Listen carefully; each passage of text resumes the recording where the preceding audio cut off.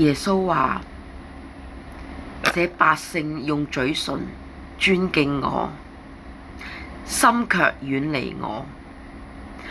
他們將人的吩咐當作道理教導人，所以拜我也是枉然。因為呢個係記載喺馬可福音7章6到7節嘅。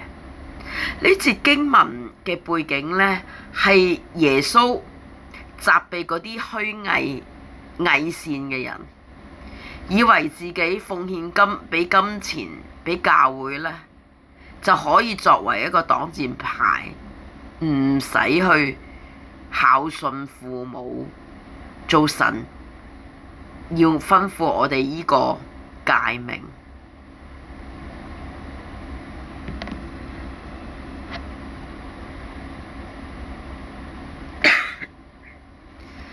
今日我哋呢，我哋有冇偽善嘅地方？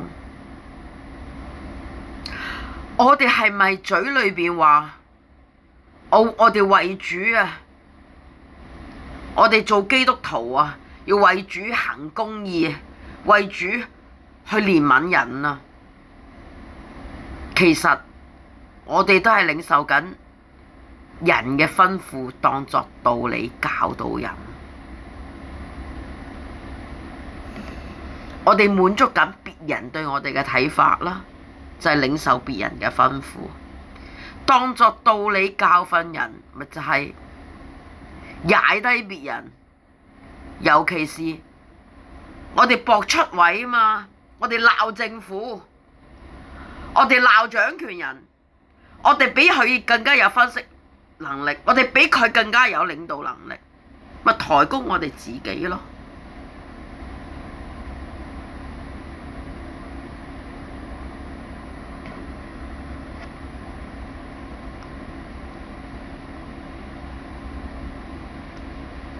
掌權者，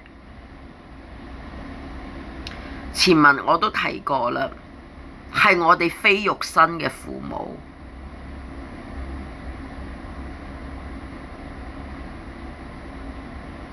即係話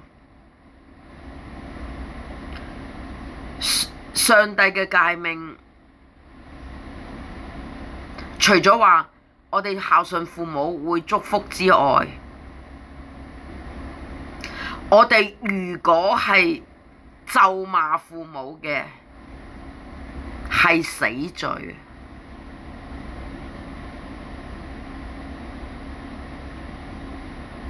即係話我哋咒罵掌權者係死罪啊！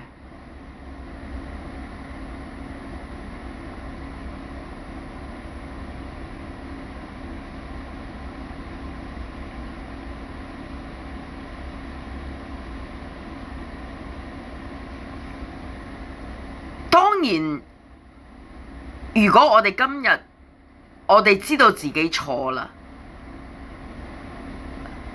耶穌基督嘅大愛、十字架嘅贖罪就係永遠對我哋有效，但係我哋要有知罪嘅心，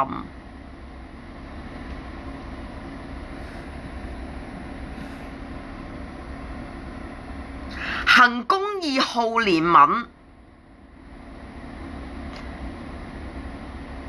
係神對我哋嘅要求，但係最重要係最後嗰句，全謙卑嘅心與神同行啊！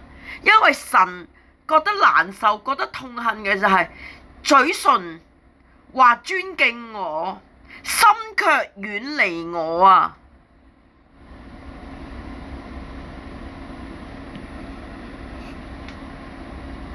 我哋真係要提醒我哋自己，我哋要悔改。上帝最渴望我哋係同佢一齊，全謙卑嘅心同佢一齊，用心靈同誠實敬拜佢，唔係得把口啊！